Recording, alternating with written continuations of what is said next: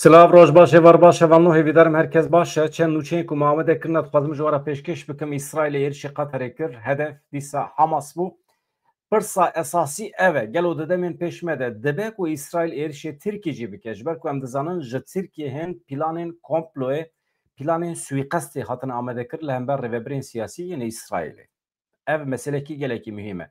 Gelo İsraîl çawa ku îro êrişê Qeterê kir. Bi aynê ewa êrişê Tirkiye bike wê çi encam derkeve. Bersiva Tirkiye wê çi bibe? Gelo şarekî germ li rojhata navîn wê rû bide. Rewşa Kurdan wê çi bibe? Gelo Tirkiye dikare vê yekê bike firsend ji bo êrişê ser Rojavayê Kurdistanê bike. İsraîl wê bikaribe xwedî li Kurdan derbikeve çawa ku xwedî li Durziyan derket. Ev meselê mühim e.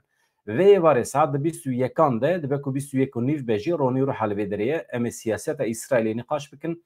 Hevkariya di navbera milletê Kurd û Durzû de em ê nîqaş bikin. Konferansekî çêbû roja heftê vê mehê September yani îlonê li Berlînê ronî û hev xwe li wê derê bû encama şopand ji vîn şopand ka çi derketiye ji wê derê.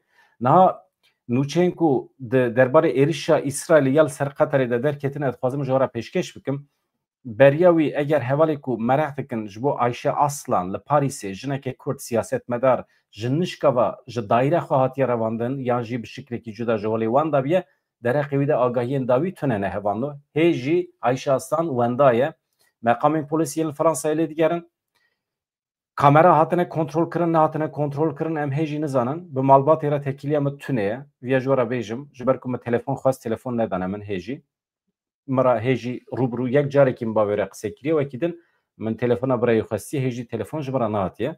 Ez li bendê me ku bikaribim bi malbatê re bidim bistînim agahiyên zelaltir yên herî dawî bigirim ji wara ragînim.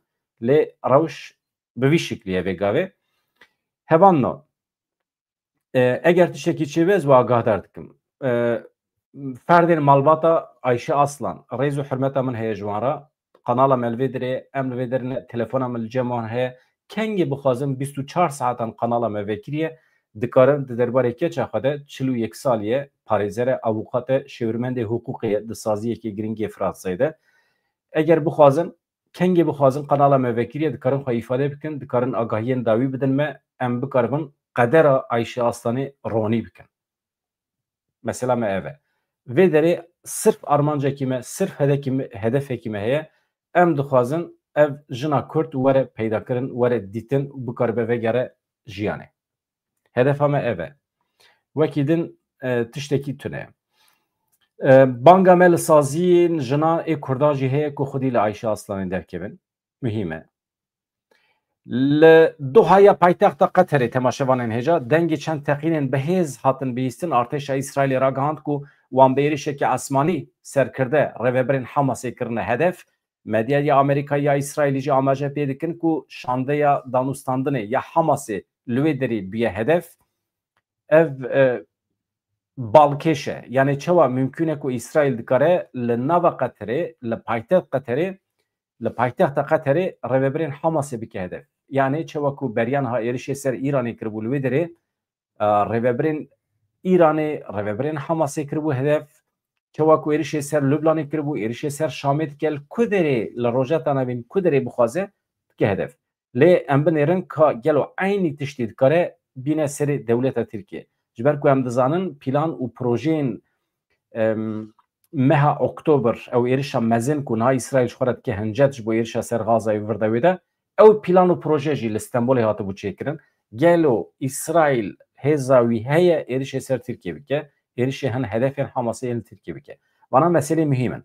Em di domînin hevanlo hûn jî divê navberê de peyamê xwe bişînin, pirsê xwe bişînin. Ji qas destê me hatibe em bersiv didin we. Ji bîr nekin saet di 21 de ronî rihal vê derê ye tekîliya Kurd û İsraîliyan em ê dîsa dayînin ser masê.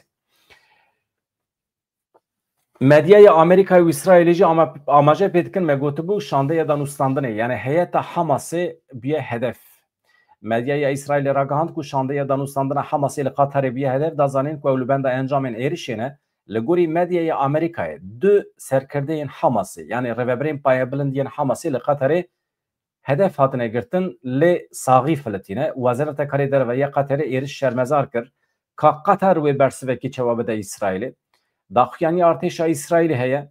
Artêşa İsraîlê, Ajansa Ewlehiya ya İsraîlê, îsa bi daxuyaniyekê hevbeş beyan kirin ku be eşkereyî behsa Qeterê bêkirin wan bi êrişekî hessas rêveberên payebilindiyên Hamasê ji xwe re kirine hedef. Di daxuyanî de aynen wiha tê gotin hevan da. Bi salan e van endamên rêveberiya payebilindiyên Hamasê operasyonên rêxistina terorê dikirin, raste rast berpirsên komkujiya hovane ya heftê cotmeha 2023 şerê li dijî dewleta Îsraîlê organize kirine van kesan. Hate destnîşankirin beriya êrişê ji bo ku zirar negihêje sivîlan. Tedbîr hatine stendin di êrişê de cebilxaneyên hessas û îstixbarata zêde hatine bikaranîn. Dîsa di daxuyanî de hate teqeskirin ku artêşa Îsraîlê û îsa ev saziya wezeretê saziya ku jê re dibêjin ajansa ewlehiya Îsraîlê îsa jê re tê gotin bi biryardarî operasyonên xwe ew ê bidomînin heta ku rêxistina terorê ya Hamasê ya ku berpirsê komkujiya heftê Oktoberê têk bibin. Wezareta Derve ya Qeterê di derbarê êrişê de daxuyaniyekê de şermezar kir. Heta niha sirf şermezarî heye lê Bersivekî wisa berbiçav ciddî tehdîtekî ciddî xuya nake. Êrişa Îsraîlê weke êrişekê tirsonek pênasê dike Qeter. Wezareta Derve ya Qeterê di daxuyaniya xwe de dibêje em bi awê herî tund êrişa tirsonek ya Îsraîlê ya li dijî îqametgeha hin endamên bîroya siyasî ya Hamasê ya li Dohayê şermezar dikin. Li aliyê din iddiayekî heye dibêjin rêveberên Hamasê ku bûne hedefa êrişê saxî filitîne nehatine kuştin ka em binêrin mesele çi ye? Televizyona El Cezare El Cazere ew jî navenda wî li Qeterê ye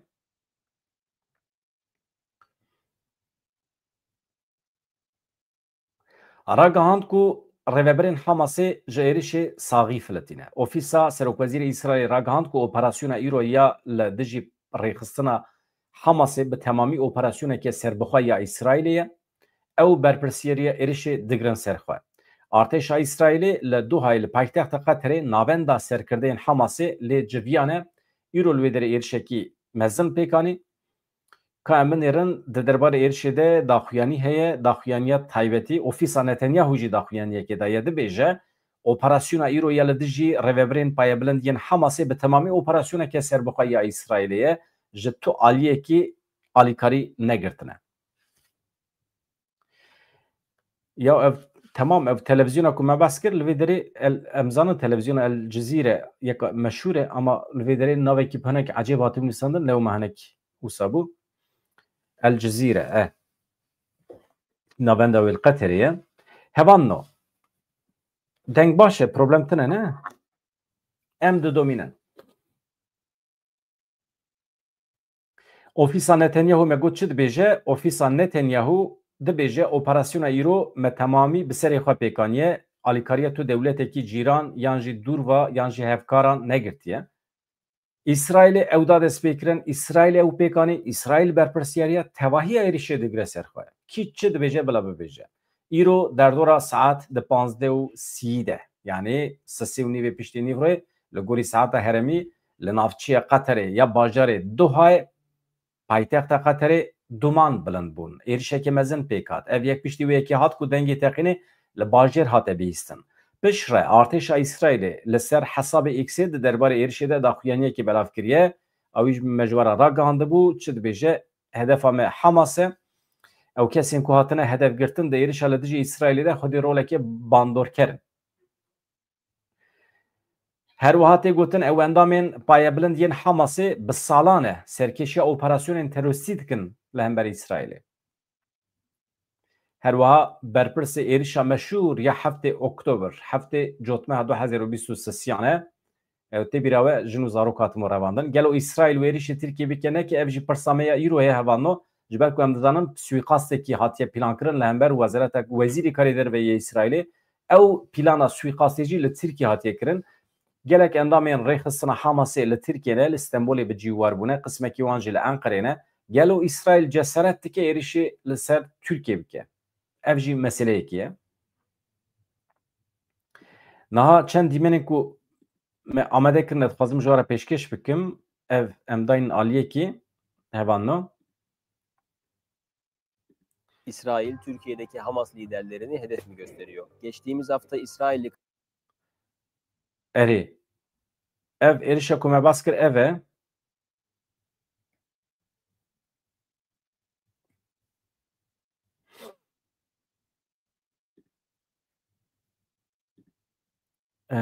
Deqekî dîmen hebû. Min dixwest ez nîşanê we bidim.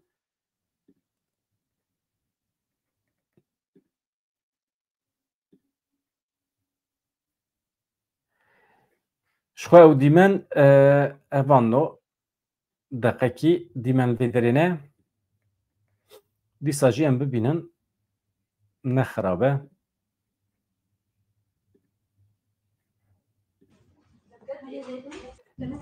Ev paytexta Qeterê Dohayê êrişa İsraîlê hûn dibînin.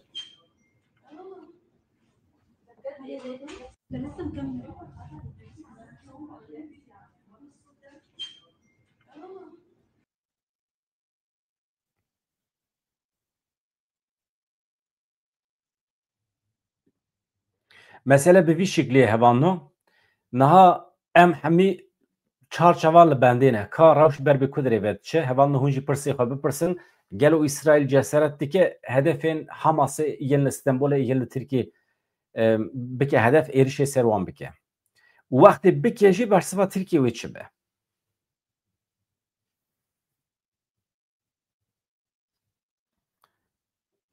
Tamam e. Wekî din hevanno. Meseleya êrişa İsraîlê li ser Qeterê wê dengên mezin ve bidin. Hîn Amerîkayê helwesta xwe nîşan nedaye. İngîltere helwesta xwe hîn nîşan nedaye. Hûn zanin Qeter hevalbendekî ciddî yê İngîltereye li rojhata navî hûn dibînin rewş germ dibe. Ka di demên pêşme de Qeter, İran, Tirkiye wê dîsa hevalbendiya xwe geş bikin, mezin bikin li hember İsraîlê wê çawa be. İsraîl jî welatekî xwedî siyasetekî kûr e. Zû bi zû welatên Ereb ji xwe re nake hedef. Em zanin Qeter, İngîltere, Tirkiye tekîliya wana siyasî gelekî germ e. Nava xwe de bûne weke blokekî. Bawer bikin her tiştê ku Tirkiye niha li Rojavayê Kurdistanê dike, li rojhata navîn dike, li hember Kurdan İngîltere jî hayedar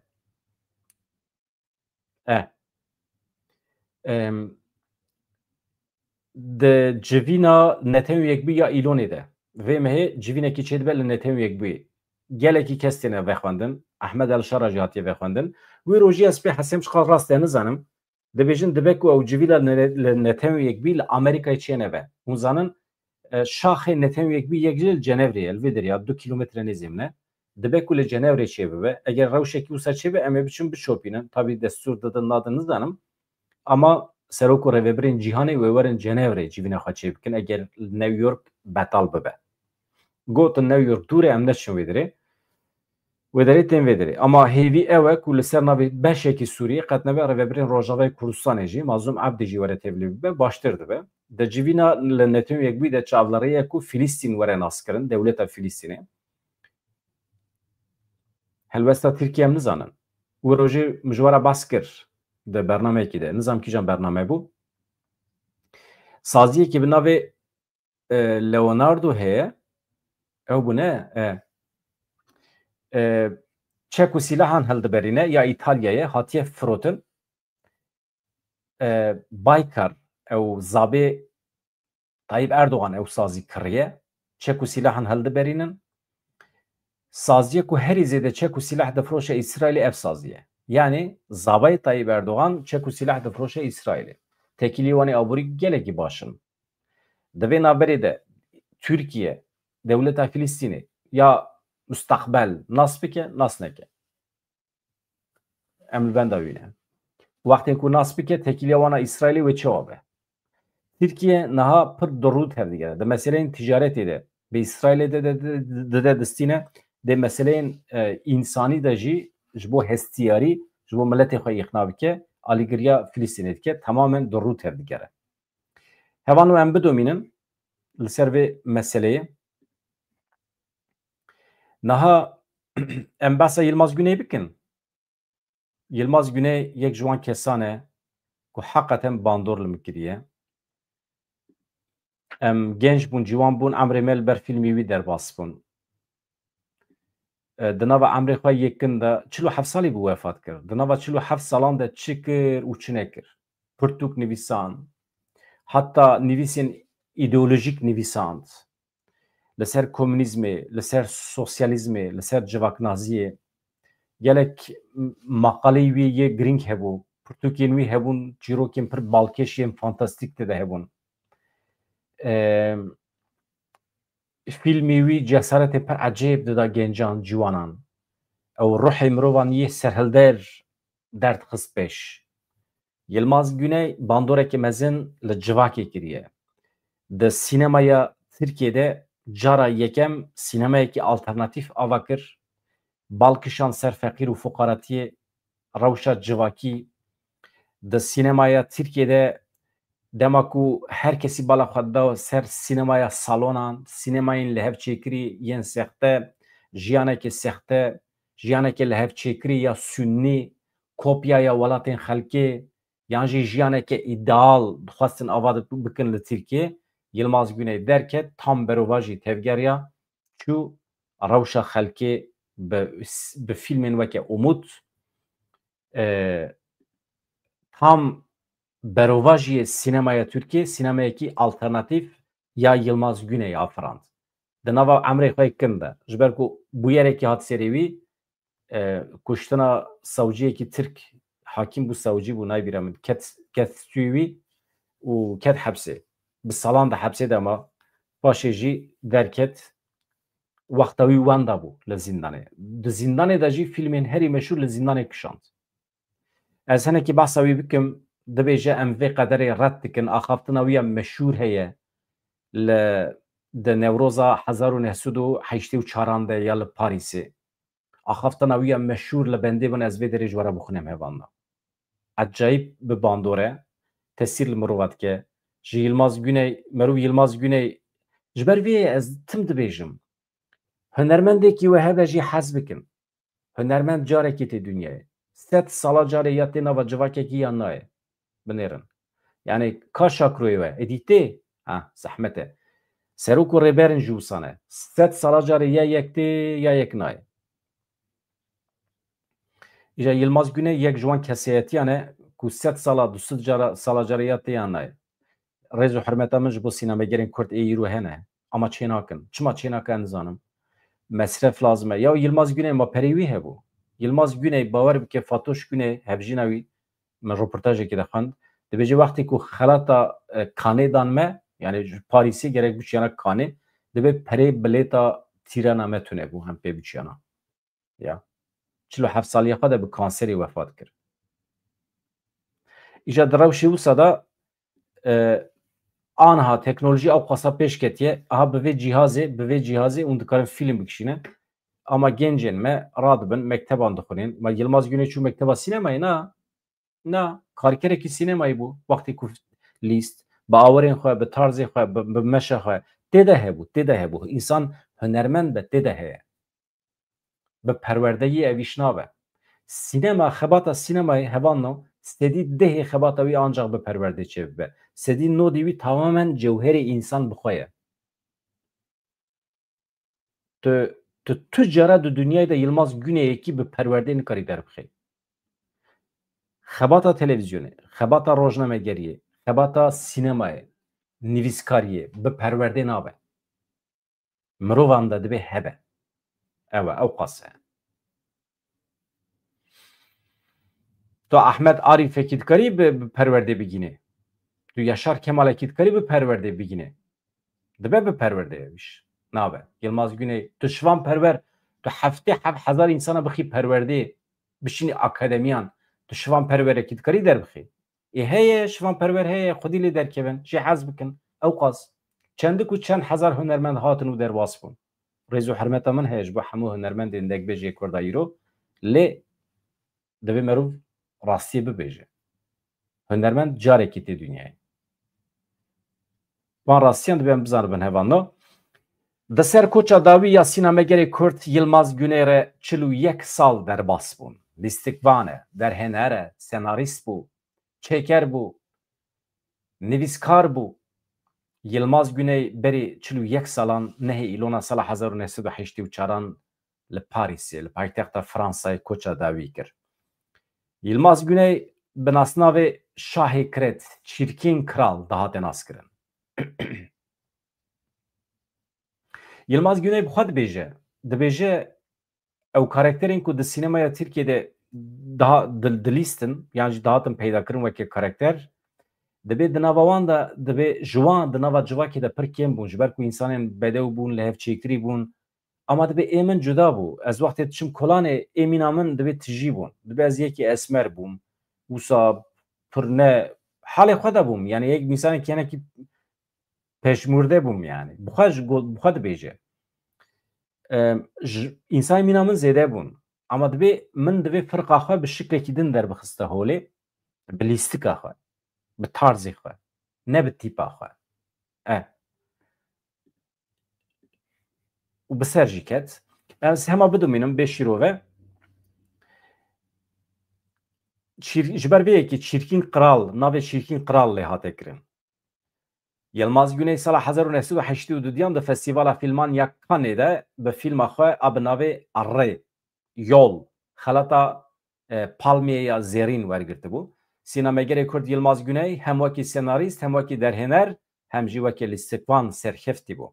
Yilmaz Guney bi fîlmê xwe yên wekî Yol, Arê, fîlma din Sürû jî gelekî bi bandore terkakan têda dilîze Kurdî jî re dibêjin Kerî û Mutsuzlar heye bêhêvî ew jî fîlmekî xweş e reş û spiyê bar dikim e.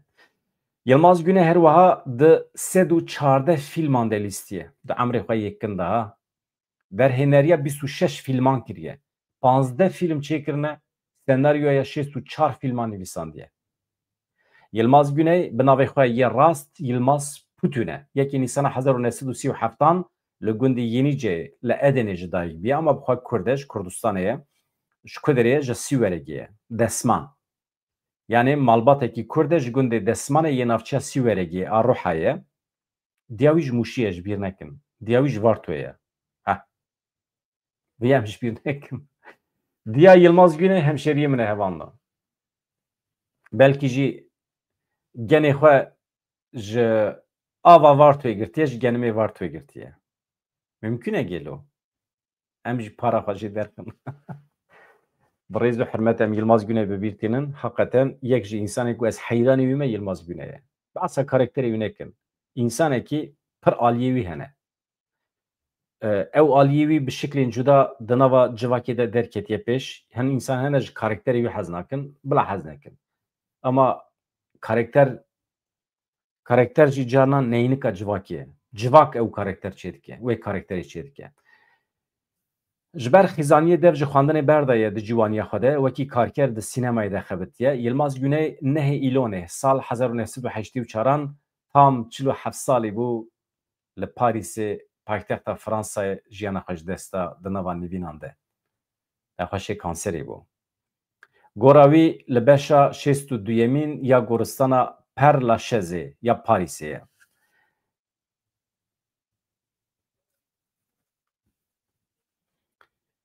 Yilmaz Guney li Parîsê di bernameya Newroza sala 1984 de axaftinekî gelekî bi bandor dike. Heta niha jî ew axaftin di hişê milletê me de ye. Ez niha axaftina ji we re dixwînim hevanda. Ji kerema xwe re goh bidinê belkî cara yekê me hûn axaftina Yilmaz Guney bi Kurdî dibihîsin. Ez ê heqê wî bidim ê. Yilmaz Guney 84 da Newrozê de derdkeve ser sehne wê axaftina xwe ya meşhûr dike çend meh derbas dibe di îlonê de jî wefat dike. Yilmaz Guney di axaftina xwe ya li ser sehnê de tiştekî dibêje. Hevanno, êş, zext, hejarî, feqîrî, xwîn, hêsir ne qedere gelê Kurd e. Em vê qederê red dikin. Em vê qederê nas nakin. Em naxwazin bibin zarokên welatekî mêtînger ku ji 4 aliyan ve hatiye dagirkirin. Em dixwazin bibin zarokê welatekî Kurd ê Kurdistana serbixwe yekgirtî û azad. Em dixwazin li ser axa xwe bi zimanê xwe, bi stranên xwe yên evîndarî bijîn. em dixwazin stranên xwe yên azadiyê bistirin. Em dixwazin cîhana xwe, axa xwe bi destê xwe bistirin, ji nû ve ava bikin. Hevanno, çiyayên me, deştên me, çemê me li benda me ne.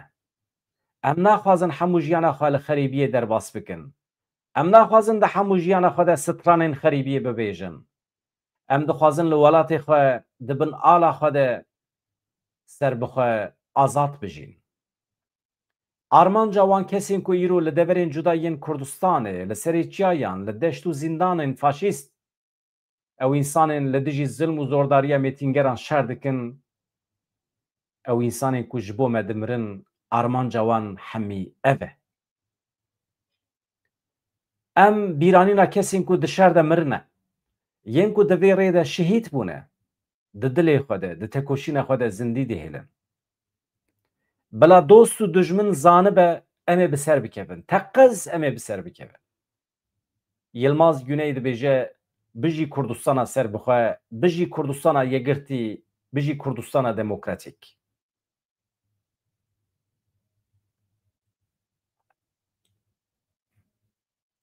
Bi vê wesilê hevan em jî hunermendê xwe hêja piştî wefata wî ya 41 salan, piştî 41 salan ser wefata wî re em wî bi rêzdarî bibîrtînin. Em hema derbasî mijarekî din bibin. Bi vî şiklî ye. Ji bîr nekin saet 21 de ronî rohetê em meseleyên Îsraîlê guftugû dikin. Êrişa Îsraîlê li ser Qeterê wê li ser Tirkiye êriş biçê bibe çêneve tekîliya Kurd û İsraîliyan wê çawa be vana hemî ji bîr nekin ji kelema xwe re. Niha rojnameya New York Timesê raporekî weşandiye. Ez dixwazim vê raporê ji we re bixwînim. Kad raporê de çi heye? Ev jî mühîm e. Li Nepalê 19 kes hatine kuştin. Li Nepalê xwepêşandana li dijî biryara girtina platformê medya dijital hat darxistin. Mesela Nepal diçe platformê medya dijital qedexe dike. Xwepêşandan çê dibe. Paşê jî êriş dikin 19 kes têne kuştin. 354 kes birîndar be. Aynı mantıqa dewleta Tirkiye. Li paytext Katmandu destpêkiriya xwepêşandanê hikûmetê diyar kir ku platformên medya dijital ji bo qeydkirinê serî li Wezareta Ragihandin û Teknolojî Agadariyê nedaye, lewma wan biryar daye ku wan platforman bigirin. Li gorî agahiyan polîsan di dema xwepêşandanê de topên avê, gaza ku çavê însanan dişewitîne, fîşekên rastîn li dijî xwepêşandaran bikaranîne. Rayedarê polîsan daxuya kirin ku di xwepêşandanên rojekî de heta niha 28 polîs jî birîndar bûne. Bifikirin. 19 kes hatine kuştin. Niha rapora New York Times'ê ji we re bixwînim. Rojnameya New York Times'ê bi raporekê da zanin ku li gel sozên guhertinê yên piştî desthilatariya Ahmed el Şara hatine dayîn, li Sûriyê hîn jî mîrateya desthilatariyê dewam dike. Yani Ahmed el Şara sozê ku dane tu carî di pratikê de pêk neaniye tam berovajî li ser kevneşopiya Esad dibe siyaseta xwe didomîne. Veya şîrove eger ez ve şîrove bikim belkî wa teoyî tune be ji ber ku em alîne. Ev şîrove ji aliyê Amerîkayê ve hatiye kirin. Yani rojnameya New York Times'ê. Di derbarê rewşa li Sûriyê jî nûnerê taybet yê Netanyahû yê ji Sûriyê berpirsiyar Geir Peterson li Konseyê Ewlekariyê got Sûriye di rewşekî gelekî hasas ya şikestinê de ye. Eger hemû pêkhateyan di nava xwe de nehewîne wê Sûriye piştgiriya navnetewî wenda bike. Di rewşa nû ya Sûriyêde serokê hikûmeta Veguhez Ahmed el Şara got wê bi rêbazekê nû dest bi avakirina Sûriyê bike. Lê gelek îşaretên ku mîrateya desthilatariyê ya kevin hîn jî dewam dike hene. Rojnameya New York Times'ê diyar kir li gel sozên guhertinê yên piştî desthilatar bûna Ahmed el Şara li Sûriyê hîn jî mîrateya desthilatariyê dewam dike. Hatiye femkirin pêdivî bi şîrove tune ye. Hikûmeta Veguhez ragihand ku wê rêxistina ewlekariyê ya Netanyahû girtîgehan ji nû ve birêxistin bike weke dewleta terorê dema Esad pênasê kir. Erê serokê hikûmeta Veguhez a Sûriyê el Şara rêbazên bi pêla tundiya mezhebî nêzîkatiya wan a her kesî ve nahewîne dibe bikaranî. Yani daxaftinê xwe de cümle henekî tevlihe ve biborin cümle ne amine من ji ajansan girtiye ev jî problema me ye yani kurmancıya me ew qasa zelale çima zelalî nanivîsîne ez jî nizanim yani hikûmeta îro xebatên hikûmeta îro ye el şara weke berdewama siyaseta ew ê Esad pênasê dike ew jî weke terör pêla tundiya mezhebî nêzîkatiyê wan filan bêvan li gorî raporê Wezareta Karê Hundirîya Sûriyê meha Golanê diyar kir wê sîstema girtîgehan li gorî pîvanên mirovî sererast bike lêbelê çavdêr dibêjin ev gotin li qadê nayê bi cîhanê tu guhertin di zîndanan de tune eymîna berê ye Ehmed El Şara desthilatdariyê li nava derdorekê teng a gelekî nêzê xwe kom dike li hember nenavîndîbûnê û tevlîbûna civakî radibe yani red dike tevlîbûna civakê red dike sistemeke nenavendî pêşniyaz dike wî pêktîne derdorekî teng li derdora xwe kom kiriye weke hikûmet pênasê dike vana hemî rexne dike baş e netewî yekbî di rapora rojnameya New York Timesê de hate diyarkirin hilbijartinên parlamentoyê ku tê plankirin di dawiya mehê de bênekirin destpêkeke hêviyeke ji bo demokratîkbûnê baş e lêbelê pêk naye ji ber ku ji sê parên kursiyan hene ku yek jî wê yek serjaliyê şerava bêne tayinkirin yên mayî jî berêya saziyên herêmî yên dibin kontrola hikûmetê de wê werin diyarkirin ev yek dibe bû sedemê nîqaşan yani çend parlamenter hebin di parlamentoya Sûriyê ji sisiyan yekê wî hemî heftê kes ji aliyê Ehmed Şarava têne tayinkirin bê hilbijartin yê din jî têne hilbijartin ama bi hîle û di ser de jî derdê serderdara Hesekê Reqa Swêda ev dever jî li dervey hilbijartina têne hîştin çima tiştekî nema yani ew hikûmet nabe hikûmeta Sûriyê ew hikûmet dibe hikûmeta herêmekî biçûk ya dibin kontrola Ehmed El Şara de dibêje Hesekê Reqa Swêda li dervey hilbijartinan hatine hîştin ev dibe ji nûva hilberîna polîtîkayên dervehîştin û cudakariyê hatiye nirxandin yani ev siyasetekî dervehîştinê ye cudakariyê ye yani bölücü ev e Dewleta Tirkî vana birêve dibe Dewleta Tirkî bire guh bide vê raporê hevanda we Qeterê tamam ev rewş ji bo yekbûna welatekî ku çardeh salan bi şerê navxeyî hatiye perçekirin wekê yek ji astengî herî mezin tê dîtin bu yere herî giran ya bixwîn meha tîrmehê li Swêdayê li dijî durziyan hate kirin eşîrên bedewî civaka durzî ketin nava meselê bi sedan kesî jiyana xwe ji desta hatin qetilkirin dîmenên ku derketin holê jî nîşan dide hêzên girêdaya Ehmed El Şara gule dibarînin li ser xebatkarên nexweşxanê